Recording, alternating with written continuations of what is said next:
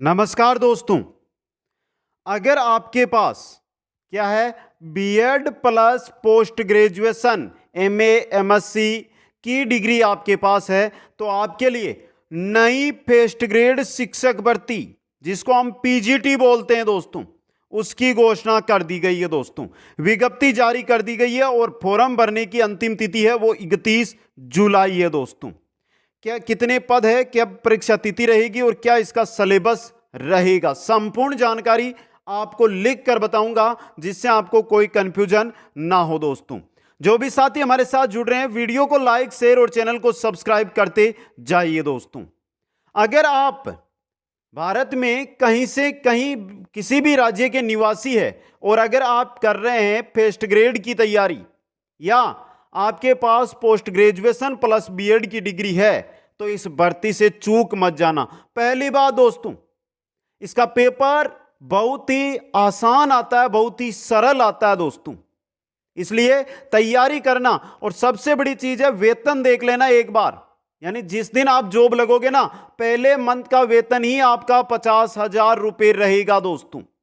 इसलिए इस भर्ती की तैयारी आप सभी साथियों को करनी है दोस्तों। चलिए एक एक जानकारी लेते हैं। हम यहां पर बात कर रहे हैं एकलव्य आदर्श आवासीय विद्यालय दोस्तों, ईएमआरएस भर्ती 2023 की दोस्तों। नई शिक्षक भर्ती जो पीजीटी की है दोस्तों, पीजीटी यानी कि जिसको हम क्या बोल सकते हैं, फर्स्ट ग्रेड बोल सकते हैं, फर्स्ट ग्रेड भर्ती बोल सकते हैं दोस्तों। सबसे पहले मैं बात करता हूं यहां पर पदों की दोस्तों।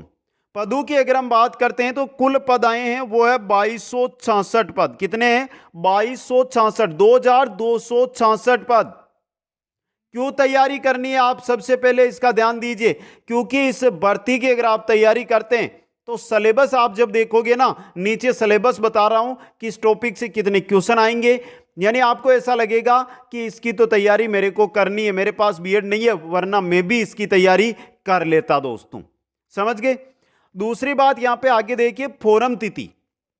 फॉर्म तिथि है वो है आपकी 31 जुलाई, 31 जुलाई 2023, यानी कि आप 31 जुलाई तक इसके फॉर्म है वो भर सकते हैं दोस्तों। ऑनलाइन फॉर्म है वो भरे जाएंगे। इंपॉर्टेंट चीज आपके लिए यहां पे आगे क्या लिखा हुआ, परीक्षा तिथि की एग्जाम कब होगा, एग्जाम कब होगा दोस्तों। अब देखिए एडमिट कार्ड, एग्जाम डेट और जिस राज्य में है ना उसी राज्य के जो शहर है, राजधानी है, वहां पर इसका एग्जाम करवाया जाएगा। जैसे आप राजस्थान से हैं तो जयपुर के अंदर आपका एग्जाम सेंटर आएगा दोस्तों। देखिए परीक्षा तिथि है वो संभावित परीक्षा तिथि इसके अंदर बताई गई है और वो बताई गई है आपकी अक्टूबर या नवंबर। तो यहां पर जो साथी राजस्थान से हैं, जो साथी मध्य प्रदेश से हैं, वो ये ना सोचे कि दिसंबर जनवरी में तो चुनाव है, ये भर्ती कैसे होगी। मित्रों ये केंद्र सरकार की भर्ती है, राज्यों के चुनावों से इस पर कोई फर्क नहीं पड़ने वाला है, इसलिए आप इसकी तैयारी है वो करें दोस्तों। अब सबसे बड़ी बात वेतन की दोस्तों। वेतन से पहले मैं थोड़ी सी जानकारी दे देता हूं। अगर आप फॉर्म भरने जा रहे हैं, आप पीजीटी फर्स्ट ग्रेड का फॉर्म भर रहे हैं तो आपके जो परीक्षा शुल्क रहेगा वो रहेगा 1500 रुपए। फॉर्म फीस कितनी है? 1500 रुपए इसके अंदर फॉर्म फीस है वो रखी गई है। एक एक चीज आपके लिए इंपॉर्टेंट रहेगी।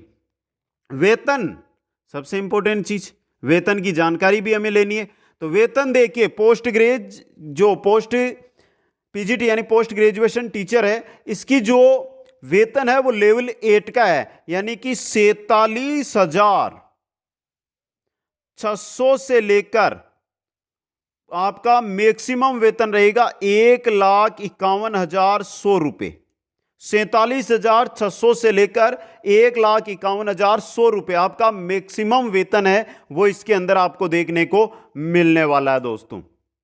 समझ गए? यहां पे इंपॉर्टेंट चीज है ये आपके लिए और यहां से सीधा क्वेश्चन बन सकता है। समझ गए? अब यहां पे आपका क्वेश्चन तो रहेगा sir Hindi, English, math, chemistry, physics, biology, history, geography, economics, computer, इनकी पोस्टें कितनी कितनी है। तो देखिए पोस्टें मैं आगे बताऊंगा आपको, एक बार इसके बारे में जानकारी ले लेते हैं, फिर एक एक जो विषय की पोस्टें हैं वो बता दूंगा। परीक्षा पैटर्न की बात कर लेते हैं यहां पर, फिर सिलेबस की ओर चलेंगे। परीक्षा पैटर्न के अंदर देखिए 150 क्वेश्चन आएंगे, 150% देखने को मिलेंगे और 150 ही अंक के रहेंगे। समय की अगर मैं बात करता हूं तो समय आपको दिया जाएगा 3 घंटे का। कितना दिया जाएगा? 3 घंटे का समय आपको देखने को यहां पर मिलेगा। दूसरी बात, यहां पर जो 150 क्वेश्चन है वो आगे बता दूंगा, सिलेबस जब मैं बताऊंगा कि किस विषय से कितने क्वेश्चन आएंगे वहां पर दोस्तों। अब देखिए 150 क्वेश्चन, 150 अंक, समय 3 घंटे और नेगेटिव मार्किंग रहेगी 1/4। यह नेगेटिव मार्किंग है आपकी, नेगेटिव मार्किंग 1/4 इसके अंदर रहने वाली है। तो यह भी इंपॉर्टेंट चीज है। कोई बड़ी नेगेटिव 1/3 1/2 होती तो टेंशन थी, 1/4 है, आराम से हम सवालों को कर सकते हैं। और सिलेबस ऐसा है जो आपने बहुत अच्छी तरह से पढ़ रखा है दोस्तों। दूसरी बात, जो EMRS की भर्ती है इसके अंदर जो कुछ पूछा जाएगा वो पूछा जाएगा आपका NCERT की जो बुक्स है कक्षा 6 से कक्षा 12 तक की, उनसे लगभग आपको जो मैटर है वो मिल जाता है दोस्तों। तो ये भी एक बड़ी चीज है कि आप अगर तैयारी करते हैं तो वो चीज आपने पहले पढ़ रखी है दोस्तों। समझ गए? पदों की बात, पहले सिलेबस देख लेते हैं, फिर मैं एक एक विषय के पद है वो आपके सामने रख दूंगा। तो विषय, पर्सन और अंक, थोड़ा सा इसको ध्यान से आपको देखना है। देखिए यहां पे जीके की अगर मैं बात करता हूं 10 क्वेश्चन आएंगे और 10 ही अंक के रहेंगे। रीजनिंग के 20 क्वेश्चन आएंगे, 20 ही अंक के रहेंगे। ICT, सूचना एवं संचार तकनीकी, 10 क्वेश्चन आएंगे, 10 ही अंक के रहेंगे। जिन्होंने रीट एग्जाम दिया है ना, उन्होंने ICT पढ़ रखा है तो उनको तो याद है हर चीज। टीचिंग एप्टीट्यूड, शिक्षण अधिक्षमता, जो हम PTT BSTC एग्जाम देते हैं कॉलेजों के लिए, कॉलेज परमिशन के लिए, वहां पर आती है यह चीज, टीचिंग एप्टीट्यूड, शिक्षण अधिक्षमता, अभिक्षमता, जिसके अंदर पढ़ाने से रिलेटेड, एक आप शिक्षक है तो आप विद्यार्थियों को कैसे पढ़ाएंगे, इनसे जुड़े हुए क्वेश्चन है वो पूछे जाते हैं और 10 क्वेश्चन आएंगे। अब आपका सब्जेक्ट कौन सा है? मुख्य रूप से सब्जेक्ट रहेगा, आप जिस भी विषय से हैं, चाहे आप हिंदी से हैं, चाहे आप फिजिक्स से हैं, चाहे इंग्लिश से हैं, चाहे इकोनॉमिक्स से हैं, चाहे कॉमर्स से हैं, चाहे कंप्यूटर साइंस से हैं, यानी कि हर विषय की पोस्टें आपको देखने को इसके अंदर मिलेगी दोस्तों। समझ गए? और 70 क्वेश्चन आएंगे, 70 ही नंबर के रहेंगे। पेडागोजी और NEP, न्यू जो पॉलिसी आई है, शिक्षा नीति आई है हमारी, पेडागोजी के 5 क्वेश्चन और न्यू एजुकेशन पॉलिसी के 5 क्वेश्चन, कुल 10 क्वेश्चन इनके आएंगे। टोटल कितने हो गए? 130 क्वेश्चन हो गए यहां पे, 130 क्वेश्चन और 130 ही अंक के रहेंगे। यह रहेगा आपका स्कोर कार्ड। अब नीचे यहां पे कुछ लिखा हुआ है, भाषा, इंग्लिश और हिंदी, इसका क्या करना है सर? आपने तो 130 कुल अंक बता दिए। तो देखिए एक चीज वापस समझिए, यहां से वापस समझने का प्रयास कीजिएगा। जो लैंग्वेज है ना, इंग्लिश और हिंदी, इनमें 10-10 क्वेश्चन आएंगे और दोनों के अंदर आपको 4-4 अंक लेकर आना जरूरी है। अगर आप हिंदी और इंग्लिश में 4-4 अंक यानी 40% दोनों में नहीं बनाते हैं, दोनों में अलग अलग, ये नहीं है कि आप हिंदी में तो 9 अंक लेकर आ गए और इंग्लिश में 1 ही नहीं लेकर आए, ये नहीं चलेगा। दोनों में 10 में से 4 क्वेश्चन आपके 10 अंक में से 4 अंक आना जरूरी है दोस्तों। अगर 20 में से ये मान के चलिए कि या तो आप किसी में कम रह जाते हैं या 20 में से 8 से कम अंक आते हैं, दोनों में 4-4 मिलाकर, तो आपका ये जो स्कोर कार्ड है वो चेक ही नहीं होगा।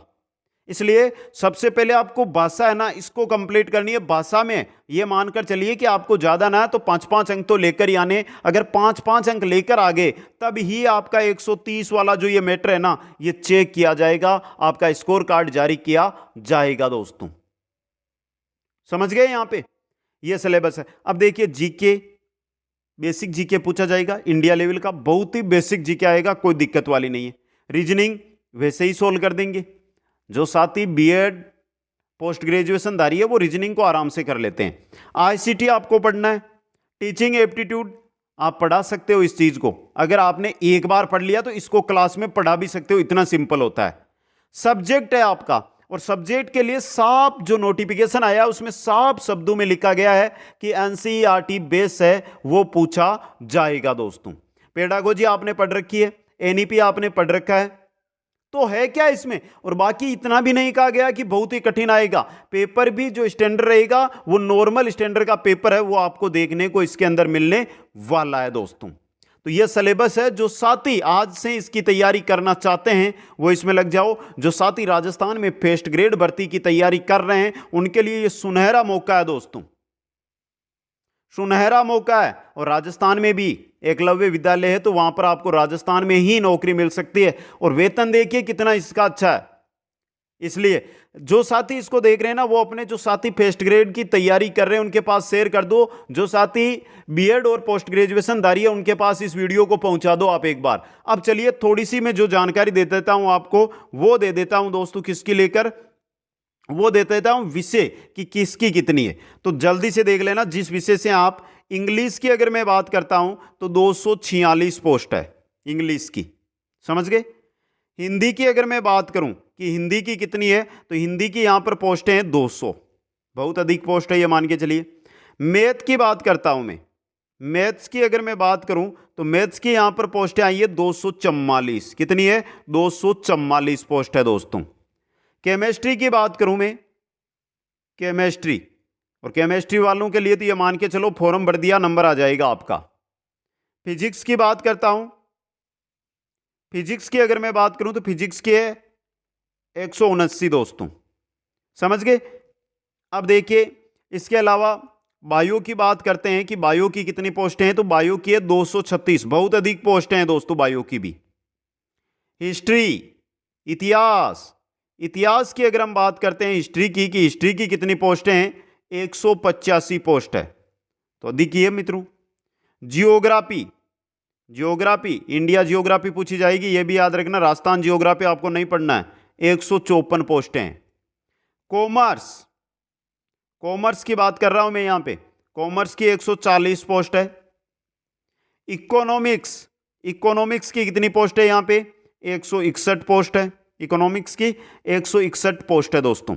और computer science, CS computer science, computer science की पोस्ट है 172। कितनी है, 172 पोस्ट है दोस्तों। तो ये पोस्टें आपके सामने आ गई है, सभी की सभी पोस्टें हैं वो मैंने आपको बता दी है दोस्तों, समझ गए।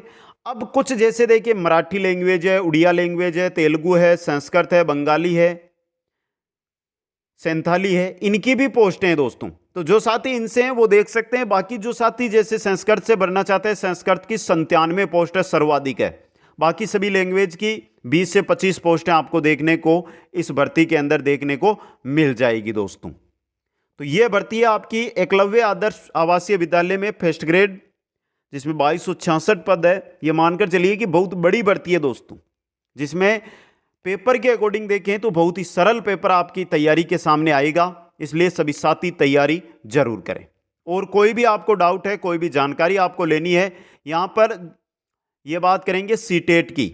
सीटेट के बारे में कोई जानकारी जो विज्ञप्ति आई है उसके अंदर कहीं पर भी नहीं दी गई है कि सीटेट का क्या करना है, सीटेट चाहिए या नहीं चाहिए दोस्तों, कहीं पर भी।